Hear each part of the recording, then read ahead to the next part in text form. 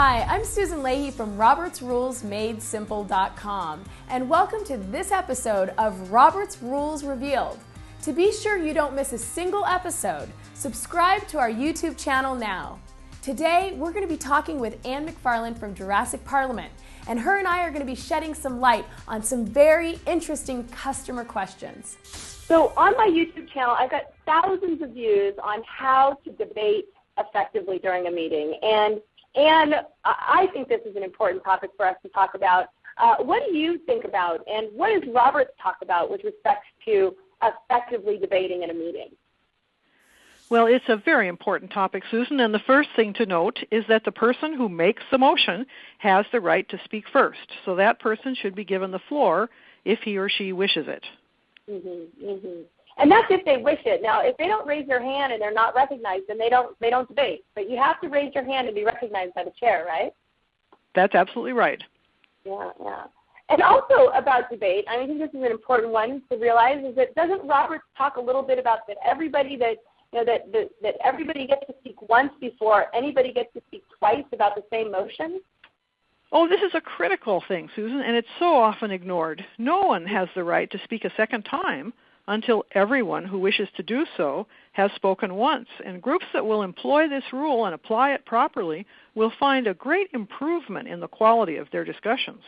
Yeah. And if they could just apply that one rule, right, Anne? I mean, wouldn't their meetings just exponentially improve?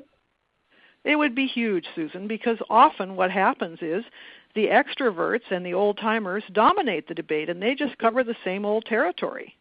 Yeah, and it makes those meetings drag on. And extroverts and those people who are the old-timers don't necessarily add anything new. You know, in my trainings, one of the things that I do offer is I have like a three-step process for debate, because a lot of times when people are debating, they're feeling intimidated. And so if I can indulge you real quickly, I want to share those 3 steps. The first step that I encourage people to do is once they're recognized by the chair is just simply restate the motion that they're going to be talking about, because that helps to refocus everybody. The second piece is to give their opinion, and I like to encourage people to break up their opinion into A, B, and C. Have no more than 3 opinions about the motion that you're about to talk about. And then the final step, and the most important, Anne, is tell people how you want them to vote.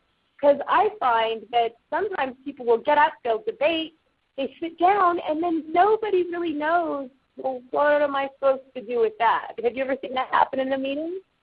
Oh, absolutely. Those are great tips, Susan. I hadn't heard them before, and I certainly recommend them to our listeners. That's great. Well, there it is, how to debate effectively, because at the end of the day, it really is about the quality of the discussion that will drive the quality of the meeting.